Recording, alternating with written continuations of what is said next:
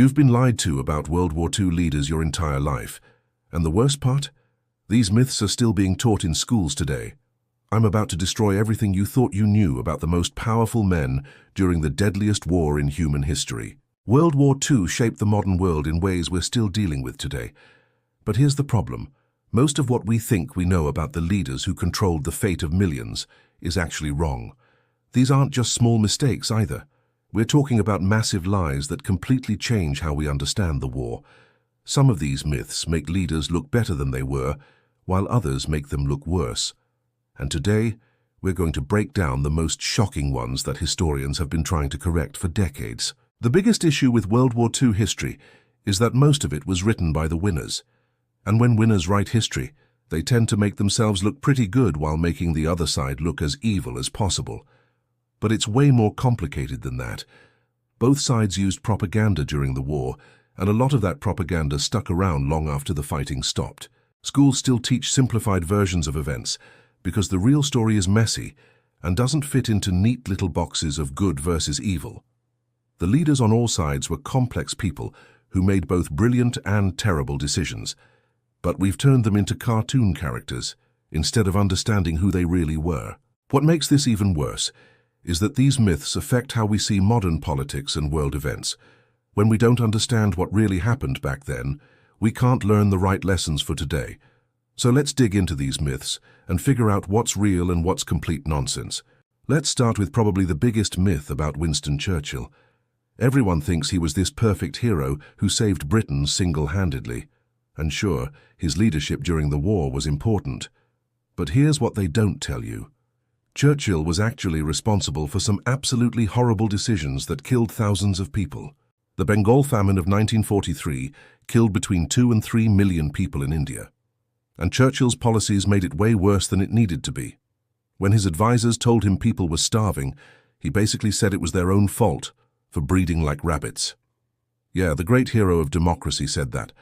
He refused to send food aid and even took food away from Bengal to stockpile it for British troops who didn't even need it at the time. But it gets worse. Churchill was a huge racist who believed in white supremacy. He thought the British Empire should rule over non-white people forever. He used chemical weapons against Iraqi civilians in the 1920s. He supported using poison gas against uncivilized tribes, as he called them. This is the same guy we celebrate as a defender of freedom and democracy. Now, don't get me wrong. His speeches during the Battle of Britain were genuinely inspiring and probably did help keep British morale up. His refusal to make peace with Hitler in 1940 was the right call. But we've created this myth that he was basically perfect. And that's just not true. He was a complicated person who did some great things and some absolutely terrible things. Moving on to Franklin D. Roosevelt, here's a myth that makes him look worse than he actually was. People love to say that FDR knew about the Pearl Harbor attack beforehand and let it happen to get America into the war. This conspiracy theory has been around for decades, and it's complete garbage. The truth is that American intelligence knew Japan was planning something big, but they didn't know where or when. They thought the attack would happen in the Philippines or maybe Southeast Asia. Nobody expected Japan to sail halfway across the Pacific and hit Hawaii. The intelligence failures before Pearl Harbor were real, but they were failures, not a conspiracy. The myth exists because some people can't accept that America got caught by surprise. It feels better to believe our leaders knew about it than to admit we got completely blindsided. But every serious historian who has looked at the evidence agrees. Roosevelt didn't know Pearl Harbor was coming. However, here's a real criticism of FDR that people should talk about more: the Japanese internment camps. After Pearl Harbor, Roosevelt signed an order that forced over 100,000 Japanese Americans into prison camps. Most of them were American citizens who had done nothing wrong. They lost their homes, their businesses, everything. And it was all based on pure racism and fear. That's a real thing FDR did that was genuinely awful, but people focus on fake conspiracies instead. Now let's talk about Joseph Stalin, because the myths about him are wild. In the West, people think Stalin was this crazy, paranoid dictator who knew nothing about military strategy and nearly lost the war because he was incompetent. In Russia, some people think he was a brilliant strategic genius who won the war almost by himself. Both of these are wrong. The truth is somewhere in the middle. Stalin made some catastrophically bad decisions early in the war. He ignored dozens of warnings that Hitler was about to invade. He had purged most of his best generals in the late 1930s because he was paranoid they might overthrow him. When the invasion started, he apparently had a mental breakdown and disappeared for several days while the Soviet military fell apart. But here's what people don't realize. Stalin actually learned from his mistakes. By 1943, he had figured out that he needed to let his generals do their jobs. He stopped micromanaging every single decision and started listening to people like Zhukov, who actually knew what they were doing. He was brutal and ruthless, but he wasn't stupid. The myth that Stalin won the war single-handedly is obviously wrong too. Millions of Soviet soldiers and civilians died defeating Nazi Germany. It was their sacrifice that won the war on the Eastern Front, not Stalin sitting in Moscow. But Stalin did play a role in organizing Soviet industry and keeping the country together when it looked like everything was going to collapse. Here's the thing, though. Stalin was still one of history's worst mass murderers. He killed millions of his own people before the war even started. The fact that he helped defeat Hitler doesn't erase that. You can acknowledge that someone did something important without pretending they were a good person. Let's switch to Adolf Hitler now. And there are some myths about him that actually make him seem less dangerous than he was. The biggest one is that Hitler was just a crazy, screaming lunatic who got lucky.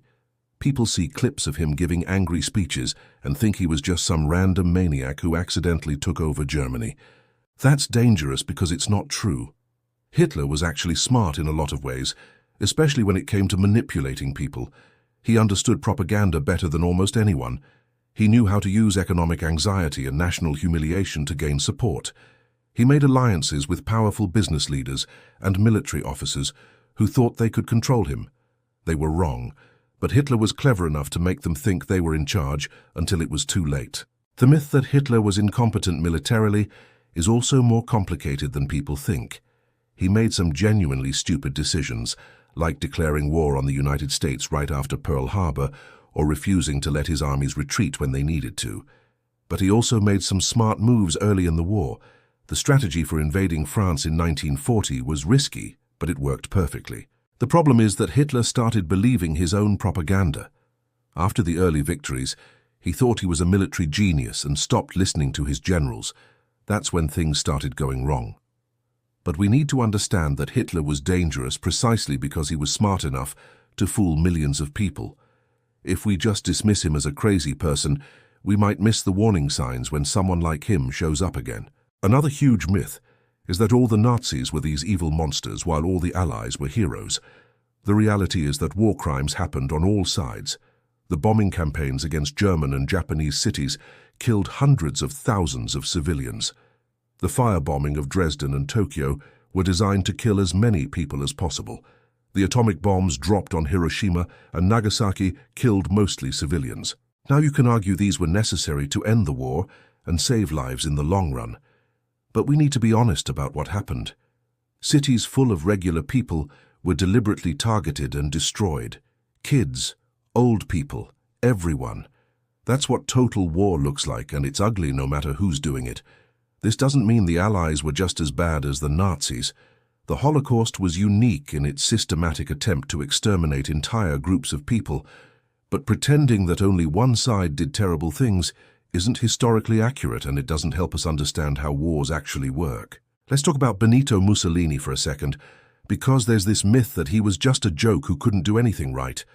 People love to mock him for losing in North Africa and needing Germany to bail Italy out constantly. And yeah, Italy's military performance was pretty bad in a lot of ways. But Mussolini was still a fascist dictator who invaded other countries and committed war crimes. His troops used poison gas in Ethiopia. They killed thousands of civilians in Libya and the Balkans. Just because Italy wasn't as militarily effective as Germany doesn't mean Mussolini wasn't dangerous. He helped create the model for fascism that Hitler copied. Treating him like a punchline makes people forget the actual damage he did. There's also this myth about Emperor Hirohito of Japan, that he was just a peaceful figurehead who had no control over what the military was doing. This myth got created after the war because the United States decided it needed Hirohito to stay in power, to keep Japan stable during the occupation. But the evidence shows Hirohito was way more involved in war decisions than the official story claims. He approved the attack on Pearl Harbor. He knew about the atrocities Japanese troops were committing in China and Southeast Asia. He pushed for continuing the war even when it was obvious Japan was losing. The only reason he finally agreed to surrender was because he was worried about a communist revolution if the war continued. The United States basically rewrote history to protect Hirohito because it was politically convenient, and this myth is still believed by a lot of people today, even though historians have found plenty of evidence that contradicts it. Here's the most important thing you need to understand. These myths exist because they serve a purpose. After the war, every country needed heroes and villains that fit into a simple story. The truth was too complicated and messy for people who just wanted to move on with their lives. Britain needed Churchill to be a perfect hero because the empire was falling apart, and they needed something to be proud of.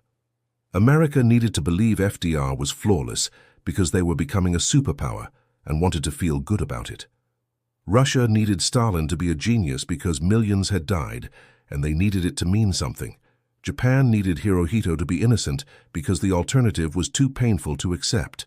And we're still living with these myths today, because they've been repeated so many times that people think they're facts. Schools teach simplified versions because the real story is too complicated for a standard curriculum. Movies and TV shows repeat the myths because they make for better storytelling than the messy truth. But here's why this matters. If we don't understand what really happened, we can't learn the right lessons. When we turn historical figures into cartoon characters, instead of understanding them as real, complex people, we miss the warning signs when history starts to repeat itself. We need to know that smart, capable people can do terrible things. We need to understand that good and evil aren't as simple as we want them to be. So what did we learn today? Churchill was important to the war effort, but also a racist who caused famines. FDR didn't know about Pearl Harbor, but he did put innocent people in camps. Stalin was brutal, but learned from his mistakes. Hitler was dangerous because he was smart, not because he was crazy. War crimes happened on all sides, not just the losing one. And everyone rewrote history after the war to make themselves look better. The real story of World War II is way more complicated than heroes versus villains. It's about complicated people making huge decisions under impossible pressure. Some of those decisions saved lives, others cost millions of lives. Understanding the real history doesn't mean being disrespectful to the people who fought and died. It means taking them seriously enough to learn from what actually happened instead of comfortable myths. History is messy and complicated and sometimes really uncomfortable. But that's exactly why we need to get it right. If this changed how you see World War II, hit subscribe for more History Myths Destroyed.